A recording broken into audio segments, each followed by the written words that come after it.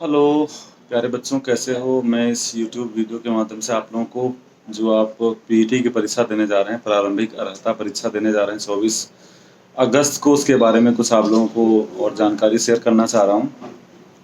और सहारनपुर और अलीगढ़ और नजीबाबाद तीनों केंद्र मिला के हमारे पास लगभग 1000 बच्चे हैं। मैं उम्मीद करता हूँ कि सारे के सारे बच्चे इसमें 10,000 से अंदर की रैंक लाएंगे। आप लोगों को मैं पहले भी बता चुका हूँ कि रैंक जितनी अच्छी होगी उतनी ही आप इसकी जो मुख्य परीक्षा होगी विभिन्न विभागों के जो क्लरिकल ग्रेड या फिर अन्य पदों के लिए, उनके लिए तभी आप भर पाएंगे। इसलिए आपको पूरा प्रयास करना है कि आपको 100 में से 80, 85, 90 क्वेश्चन तक सही करने का। कुछ बच्चे तो हमारे पास ऐसे हैं जो 90 से ज़्यादा क्वेश्चन उनके सही होंगे इस एग्ज़ाम में। तो आप लोग पूरी मेहनत करिए, पूरा अच्छे से लगिए इसमें। जितना भी आप लोगों ने पढ़ रखा है उसको अच्छे से रिवाइज कर डालिए। कोई एक भी बिंदु ऐसा न रह जाए जो आपकी नज़रों के सामने से गुजरा ना हो।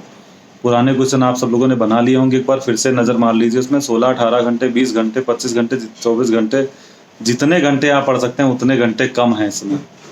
मैं आपको बता दूं कि हम आपसे हमेशा कहा करते थे कि आईएएस पीसीएस में आप इस तैयारी कर रहे हैं सिविल की, तो कहीं ना कहीं आपका सिलेक्शन तय है। अगर इनमें कहीं पर आप अटकते हैं, किसी वजह से आपका नहीं हो पा रहा है, तो फिर उसके अलावा जो और नौकरियां, उससे तो थोड़ा सा कम स्तर की नौकरियां हैं, उनमें आपका 100% सिलेक्शन हो जाएगा। तो ये समझ लीजिए आप उसी स्टेटमेंट का ही को फलीभूत होने का समय आ गया है।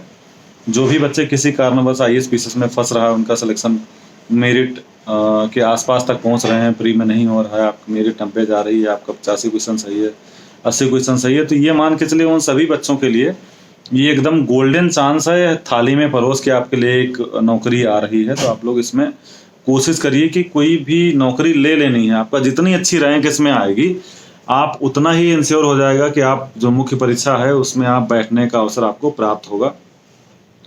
अभी लगभग 30,000 के आसपास पद इसमें ज्ञापित हो चुके हैं, और सभी पदों में से लगभग 1000 से ज़्यादा पद ऐसे हैं जो इंस्पेक्टर रैंक के पद हैं। जैसे अधिशासी अधिकारी नगर पालिकाओं में है, नगर पंचायतों में होते हैं, वो भी इसी के द्वारा चयनित होकर जाएंगे।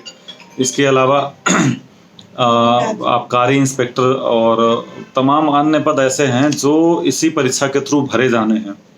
तो ये परीक्षा अगर आप पास कर लेंगे तभी आप यूपी ट्रिपल एससी से जो अगले 1-1.5 साल तक जो भी पद निकलेंगे उनमें आप आवेदन कर पाएंगे, नहीं तो आप आवेदन नहीं कर पाएंगे। इसलिए आप कोशिश करिए कि इस परीक्षा में जितनी ज़्यादा से ज़्यादा अच्छी रैंक आए उतनी लाने की कोशिश करेंगे। इसमें निगेटिव मार्किंग भी है 1/4।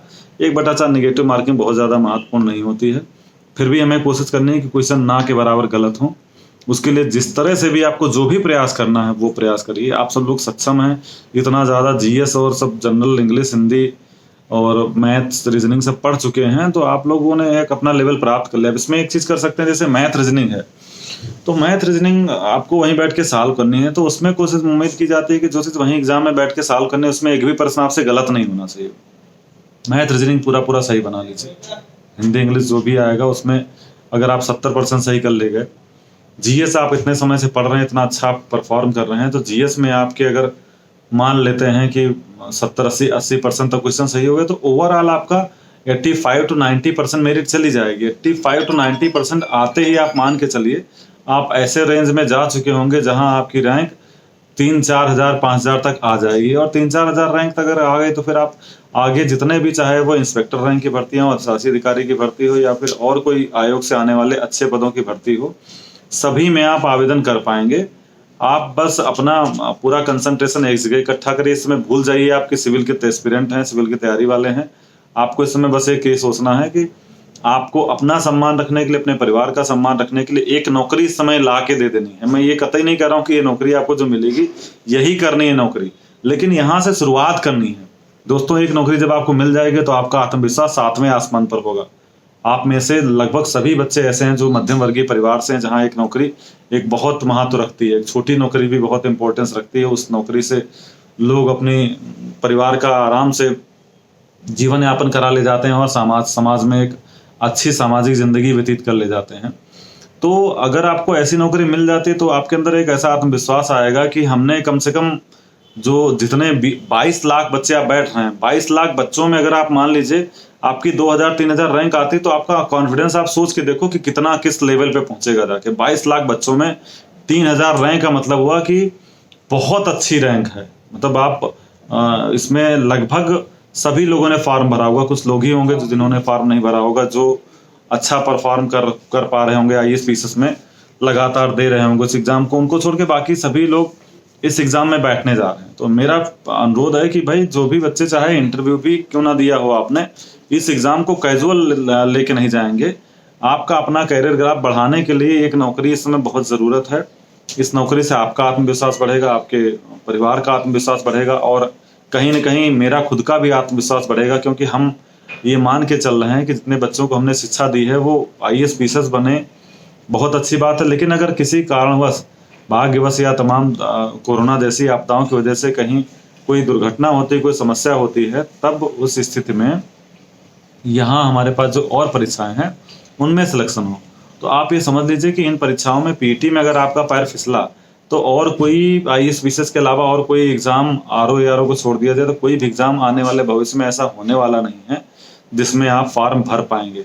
इसलिए इसमें पूरा एनर्जी झोंक दीजिए, पूरी ऊर्जा लगा दीजिए। जितना भी समय, 3 दिन का समय बचा है, खूब कस के पढ़िए इसमें।